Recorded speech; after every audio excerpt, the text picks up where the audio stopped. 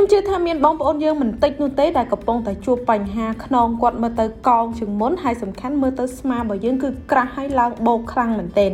នៅពេលដែលយើងមានខ្នងកោងបែបនេះវាធ្វើឲ្យដងខ្លួនរបស់យើងមើលទៅបាត់បង់ភាពស្រស់ស្អាតមួយផ្នែកធំដែរដោយសារតែធ្វើឲ្យខ្លួនរបស់យើងមើលទៅឃើញខ្លីជាងមុននិងកម្ពស់ទាបជាងមុនអ្វីដែលកាន់តែពិបាកជាងនឹងទៅទៀតនោះគឺយើងពិបាកនៅក្នុងការជ្រើសរើសសម្លៀកបំពាក់មកស្លៀកពាក់ឲ្យឃើញស្អាតខ្លាំងមែនទែនបើតាមការលើកឡើងពីអ្នកជំនាញខាងសរសៃនិងចលនាគាត់ក៏បានលើកឡើងផងដែរថាបើសិនបើយើងនៅក្មេងខ្នងរបស់យើងរៀងកោងបែបហ្នឹងអ្វីដែលជាបញ្ហារបស់យើងហ្នឹងគឺគ្រាន់តែបាត់បង់ភាពស្រស់ស្អាតនៃរូបរាងកាយរបស់យើង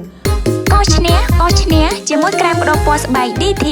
មានឱកាសឈ្នះរង្វាន់ម៉ូតូ Honda Scoopy ទូរស័ព្ទនិងរង្វាន់លុយយ៉ាងច្រើនសរុបរហូតដល់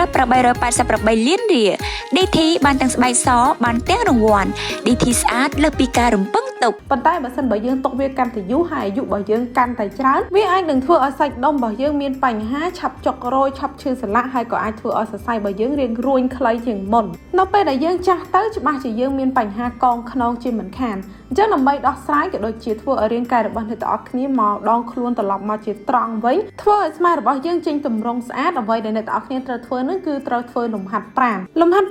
បាច់ដែលខ្ញុំបានលើកឡើងមកនេះបងប្អូនអាចធ្វើបានជារៀងរាល់ព្រឹកហើយនៅក្នុងមួយក្បាច់អាចធ្វើ30វិនាទីប៉ុន្តែត្រូវចាំថាយើងមិនអាចធ្វើត្រឹមតែម្ដង2ដងឬក៏ធ្វើវាក្នុងរយៈពេលខ្លីយើងអាចទទួលបានខ្នងដ៏ត្រង់មកវិញនោះទេគឺទាមទារឲ្យបងប្អូនត្រូវធ្វើជាប្រចាំថ្ងៃតែម្ដងតោះកុំឲ្យរងចាំយូរចាប់ផ្ដើមហាត់ប្រាណជាមួយនឹងចលនាទាំង5នេះទាំងអស់គ្នា